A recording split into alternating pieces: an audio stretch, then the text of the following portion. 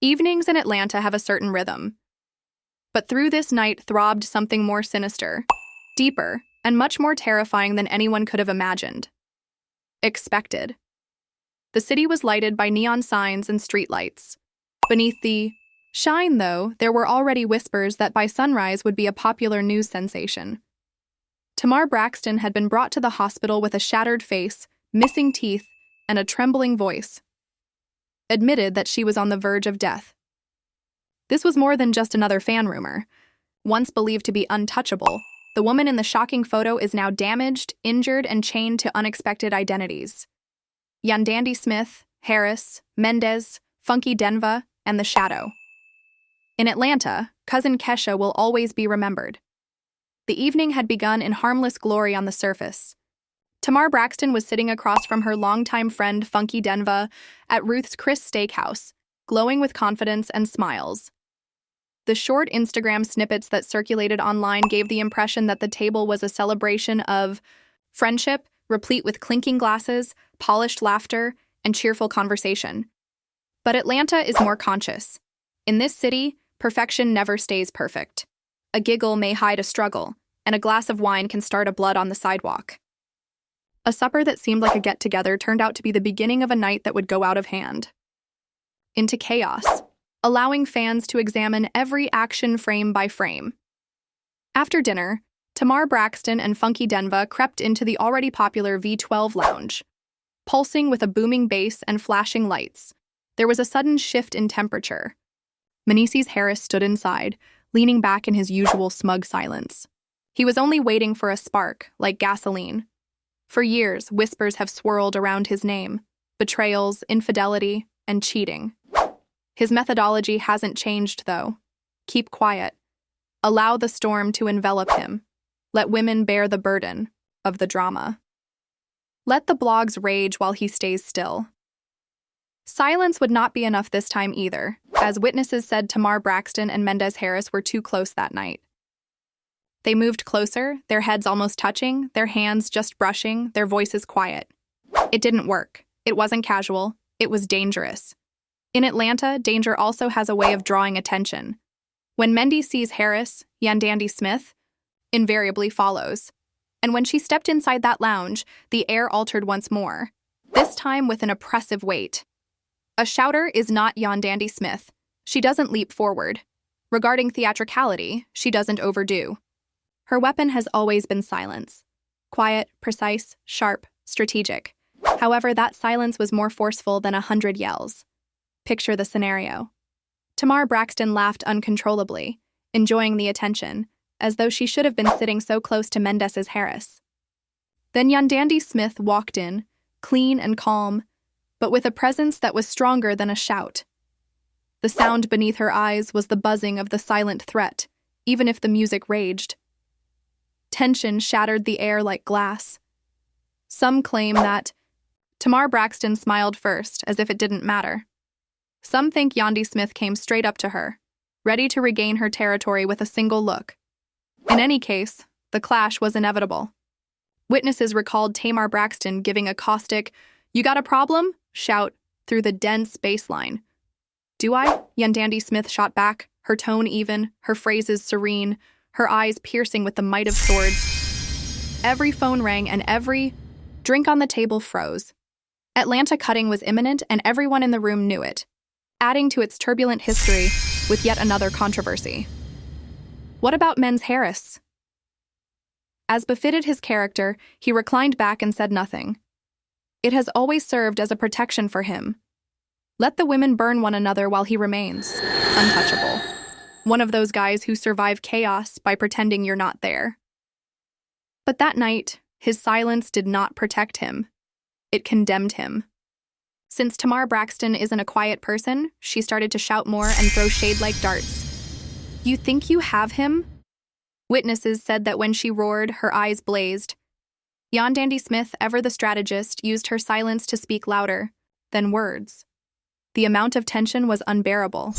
The electricity in that room was ready to blow up. And suddenly, there was the spark. They said a glass flew. According to another, Tamar Braxton smashed one down with such force that the table was covered in liquid spray. There are many who maintain that Yandy Smith ignored it. Whatever happened, chaos followed. There were voices, and the crowd rushed in, and in the mist of lights, one name ripped through the air like thunder: Kesha's relative. For some, it could have been a coincidence, but for Atlanta, it was proof. The tendency was known to the fans.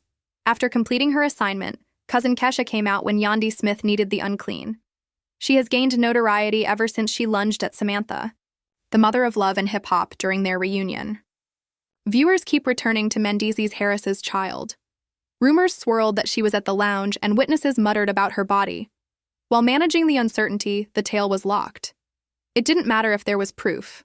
When you are well known, in Atlanta, you don't need proof. And cousin Kesha's reputation was enough. There are others who say they saw her swing. She shoved, according to some. There was no camera footage of it. It was not supported by a screenshot. But the story didn't need to be verified. It was her the streets claimed when they talked. That in itself converted a turbulent confrontation into a tragic one. Funky Denva was also present, and while some insist that he already had that knowing smirk on his face, preparing his account of the event, others assert that he attempted to extinguish the fire. No matter where he stood, the result was the same. Tamar Braxton eventually let out a scream after being dragged past flashing security. Lights. Yandy Smith looks beautiful yet angry.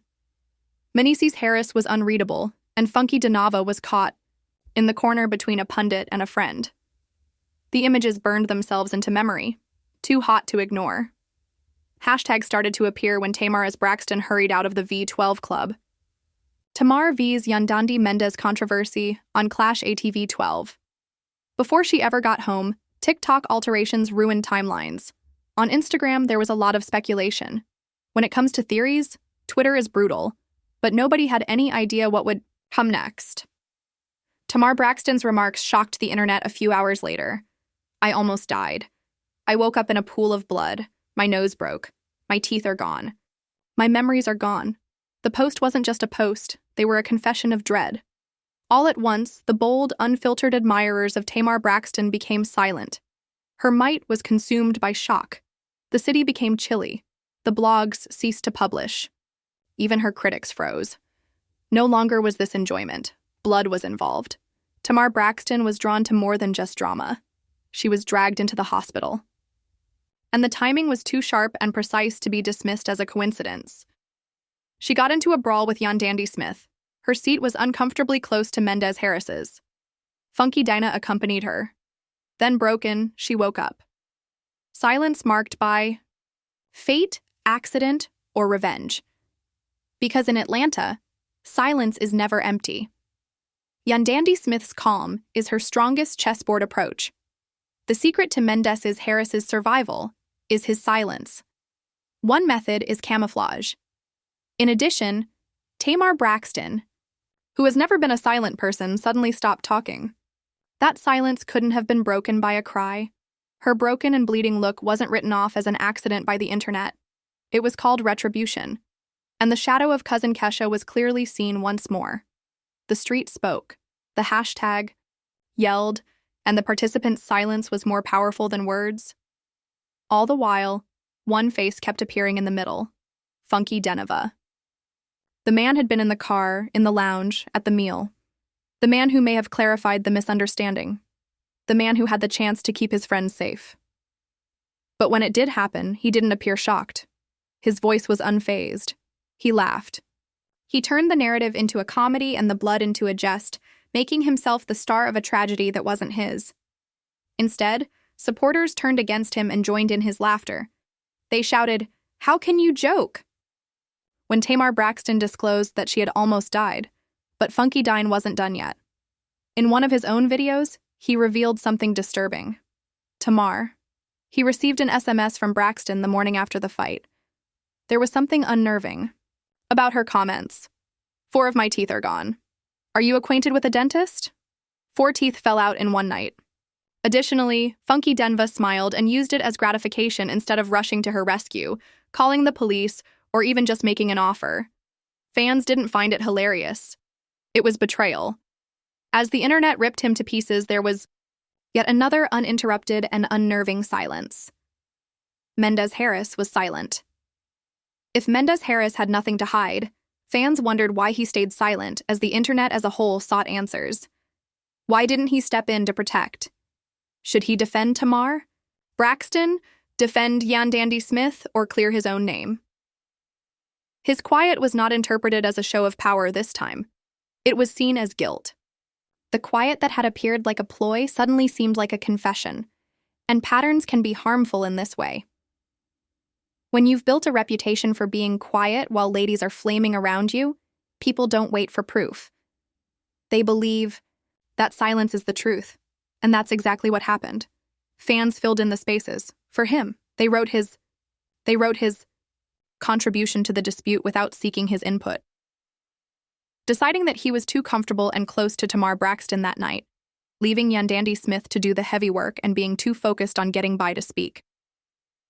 Yandy Mendeecees, on the other hand, carried out her duties like a skilled strategist would.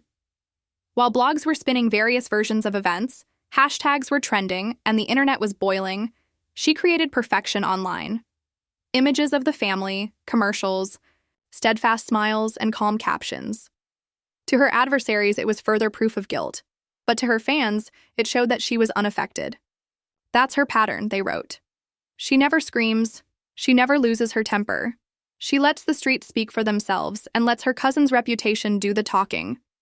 Tamar Braxton was the only one who encouraged her to forget to mention the fire. She appeared to want the silence to play for her, even though she was fully aware that the internet would assume she was a relative. Kesha had pulled up again, and the name Cousin Kesha was louder than anything else. She kept everything to herself. She didn't say that. She didn't try to deny. She didn't have to. It was her reputation that brought her there. Alone. And because of that reputation alone, every fan theory turns into a reality.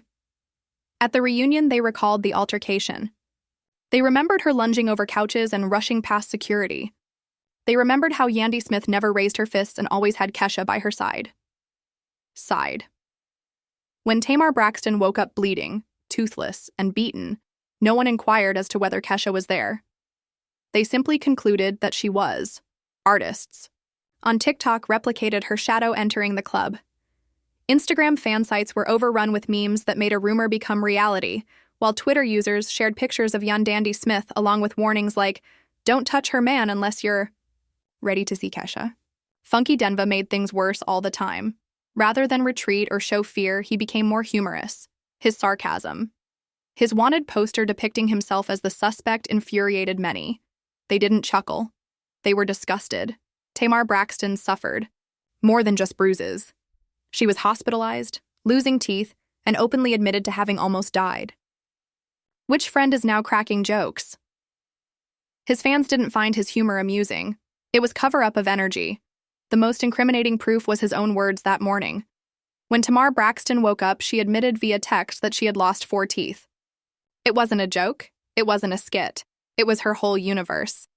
Additionally, Funky Denva's decision to treat it as entertainment destroyed what little trust people still had in him. That was hardly the only outrage. Bloggers did more research. Some claim that Funky Denva's unwillingness to take her illness seriously went beyond his own brand. He was shielding Harris from Mendeecees, they believed. Others said he was posing as Yandy Mendeecees, since he was equally accountable for being there at all times that evening. Some even suggested that he was protecting himself. After all, he was dining with Tamar Braxton. They went inside V12 Lounge together, him with her. Along with her, he rode home. The only person who could explain her pain was him. But instead of offering answers, he cracked jokes. It was the only reason he looked suspicious. Additionally, fans began to make unexpected links between the actors.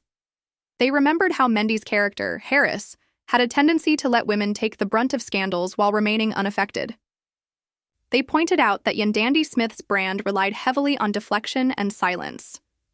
They recalled that Cousin Kesha's name was the first to be spoken when times became hard. Physical.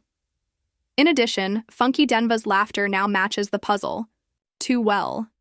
Every element worked together like a script that didn't need the approval of any participants. The streets had already decided. Tamar Braxton approached Harris's Mendy too closely. Yandy Mendeecees gained knowledge.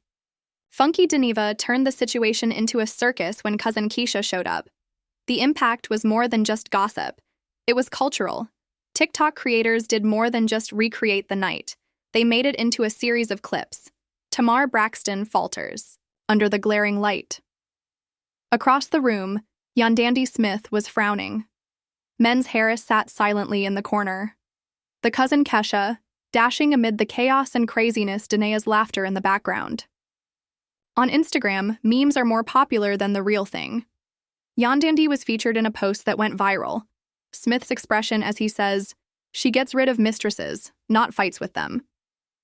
Another picture showed a bruised Tamar Braxton with the name Kesha written in a shadowy silhouette. The text states, "She pulled up." End of story. As usual, Twitter was brutal. A number of people begged for pity by saying, "No woman deserves to wake up broken," accused Tamar Braxton of having an affair with a married man and being reckless, messy, and foolish. But in all the noise, one reality stood out, deeper than anything else. The street said this wasn't an accident. They weren't even calling for a fight. The term retaliation was used, and the longer Tamar Braxton said nothing, the stronger that tale became. Because her admirers are accustomed to her clapping back. She blogs about her life, her tantrums, and her inability to allow anybody to criticize her, so they are used to it. However, nothing this time. One message, bleeding, then a heavy, strained, unnatural silence, and the claim that she had been forced to keep quiet, either out of fear, intimidation, or worse, was reinforced by that silence. Meanwhile, media insiders and production companies spoke behind closed doors. For a drama-based company, this was too violent, too real, and too severe to be presented as content without response. However, it was not seen as a spectacle by fans. They thought it was a cover-up. It also spread much more broadly as a result. Because when people believe that the cast is dangerous in real life and unpleasant on TV, every news item turns into a warning. By the middle of the week, Atlanta had ceased muttering. In addition to hip-hop and romance, the story had made its way to gossip blogs throughout the nation. Additionally, all versions shared the same four names: Yandy Smith, Tamar Braxton, Mendeecees Harris, and cousin Kesha. The internet itself wrote the verdict. Instead than detracting from the narrative, the cast's public silence enriched it, because in a city where silence is a tactic, the streets constantly fill up the blanks. The more Tamar Braxton remained silent, the more it became the story. Fans no longer had to wait for receipts. They had already produced their own. Every fan, edit, blog, and gossip website repeated the same narrative. Tamar Braxton crossed a line with Mendeecees Harris, and Yandy Smith saw it. Kesha, the cousin, was in charge of it. After that, Funky Dineva made it into a show. Their silence did not protect any of the four. It was strengthening the theory.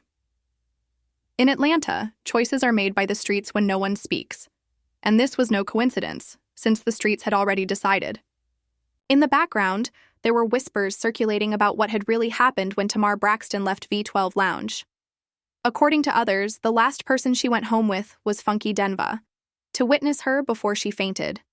Others insisted that she wasn't home alone, that she was followed, and that a fight went on into the night.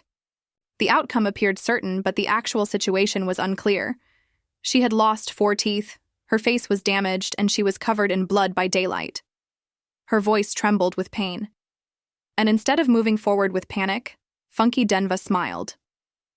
Mendeecees Harris chose to remain silent rather than offer an explanation. Rather than stand up for her, Yandy Smith exchanged well-groomed smiles. And instead of dismissing Kesha, the cousin said nothing. The deafening quiet allowed fans to craft a story that was far more poignant than any reunion broadcast. Might possibly yield. On TikTok, reenactments get darker and more detailed. As Tamar Braxton yelled into mirrors, the artist feigned waking up. Complaining about missing teeth and putting cold